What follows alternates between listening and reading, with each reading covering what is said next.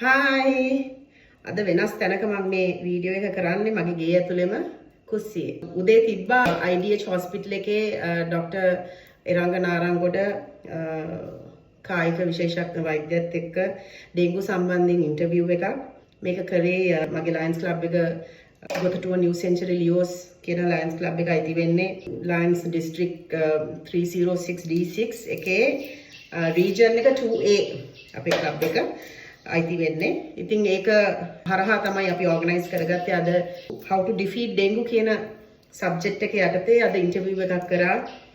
මේ පුංචි මිනිමරුවා කොයි වෙලාවටද එන්නේ, ඩෙන්ගු කොයි විදිහටද අපි අඳුර ගන්න ඕනේ, මොනවාද රෝග ලක්ෂණ කියලා. ඉතින් ඉක්මනටම මම ඒකේ වීඩියෝ එක ෂෙයා කරන්නම් ඔයගොල්ලොත් එක්ක. ඉතින් අද මේ ඉන්ටර්විව් එක උදේම තමයි මම දාගත්තේ කරන්න. 8යි කාලට පටන් ගත්තා හොස්පිටල් එකට ගිහිල්ලා ඔක්කොම සෙට් අප් කරලා. ලස්සනට මේ ඉන්ටර්විව් එක කන්ඩක්ට් කරන්න පුළුවන් වුණා. මේ සුදු ලුණු ගෙඩිය සුද්ධ කරන ගමන් කතා කරන්නේ. මොකද මට දැන් තියෙනවා බීෆ් කරි එකක් හදන්න අද. ඉරිදා දවසේ. ඉතින් මේකත් හදාගෙන ඉක්මනට මේ යන්න ඕනේ ගමනක් තියෙනවා යාළුවෙක්ගේ ගෙදර.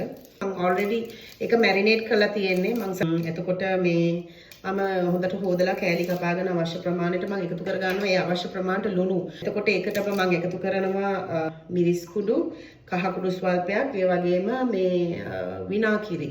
ඒ ටික දාලා මේ ගම්මිරිස් කුඩුයි ඒක ඔක්කොම දාලා හොඳට අත ගා ගන්නවා මම. විනාඩි 15ක් විතර මැරිනේට් කරලා ඊට පස්සේ තමයි ඉතින් මම උයන්න ගන්නෙ. දැන් බීෆ් එක හදන්න ගන්නෙ. මම චුට්ටක් රෙකෝඩ් කරලා එන්නනම් ඔයගලන්ට කොහොමද බීෆ් එක මම උයාගන්නේ කියලා. Okay, so stay tuned. Bye. වෙනදා වගේම සුදු ලුණු අවශ්‍ය ප්‍රමාණයට තලා ගත්තා. ඊට පස්සේ ලුණු ගෙඩියක් කපාගෙන ඒක අයිනෙන්ම තලාගත්ත සුදු ලුණු ටික වෙන් කරගත්තා. ඒකට කරපිංචා, කපාගත්තු තක්කාලි, අවු මිරිස්, ඒ වගේම කුරුතු පොතු දෙකක්, වීලිච්ච මිරිස් කරල් 5ක් විතර එකතු කරගත්තා.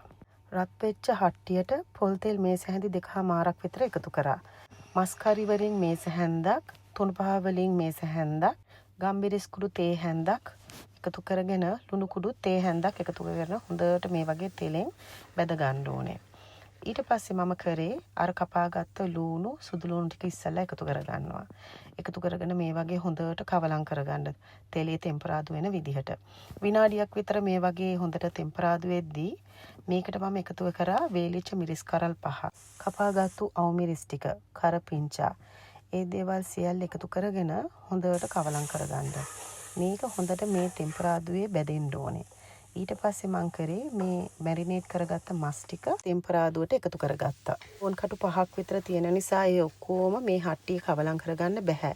ඒක නිසා මම මැරබෝන් කටු ටික වෙනම වෙන් කරලා මේ මස් ටික විතරක් මං හොඳට මේ ටෙම්පරාදුවේ ඉස්සෙල්ලා විනාඩි 2ක් විතර මේ වගේ හොඳට කවලම් කරගත්තා.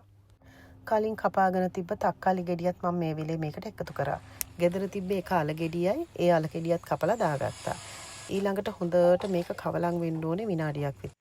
මට අමතක වුණා කියන්න මම මේකට සියඹලා කෑල්ලකුත් එක් කරගත්තා. මැරබෝන් ටික මම තිබ්බේ හට්ටියේ අන්තිමට හොඳට මස් ටික කවලම් වුණාට පස්සේ. මෙතන කෝප 2මාරක වතුර තියෙනවා. ගින්දර සාමාන්‍ය ගානට දැන් වැඩි කරගත්තට කමක් නැහැ. මොකද වතුර කෝප 2මාරක් 3කට කිට්ටු වෙන ආසන්න ප්‍රමාණයක් දාලා තියෙන නිසා දැන් මස් එක හොඳට තැම්බෙන්න ඕනේ. ඉතින් ඒක නිසා මේක හොඳට කවලම් කරලා මම මේක විනාඩි 20ක් විතර වහලා තඹ ගත්තා. ඊළඟට මේකට දැන් කිරි දාන්න ඕනේ නිසා මැරබෝන් ටික මම වෙනම වෙන් කරගත්තා. වෙන් කරගෙන ආයෙමත් හොඳට කවලම් කරගත්තා. ඕගොල්ලෝ දන්නවා මම කොහොමද පිටිකල පොල් කිරි එකතු කරගන්නේ කියලා. ඉතින් මේ හොද්දටම මේ සැහැඳි 2ක් විතර මම පිටිකල පොල් කිරි හොඳට උකු වෙන විදියට එකතු කරගත්තා. තවත් වතුර කෝප්පයක් එකතු කරලා ගින්දර ගොඩාක් අඩුවෙන් තමයි දැන් මං උයාගන්නේ මේක. ඉතින් මේක මම විනාඩියක් විතර හොඳට මේ වගේ කවලම් කරලා මං අර මැරබෝන් ටිකත් ආයෙ එකතු කරගත්තා මේ හොද්දට. මද ගින්නෙම මේ විදිහට කවලම් කරලා හොඳට උයා ගන්න. ඊළඟට මම බෙදපු 3-5 මේ සැහැඳි භාගයක් විතර එකතු කරා. එකතු කරලා මේක විනාඩි 10ක් මම වහලා උයාගත්තා. මම දැන් මගේ බීෆ් එක උයලා ඉවරයි.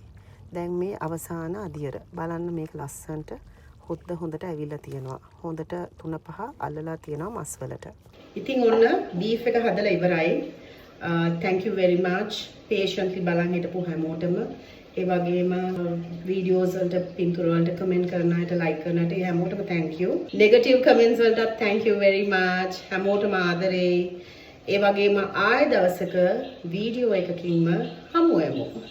Okay bye.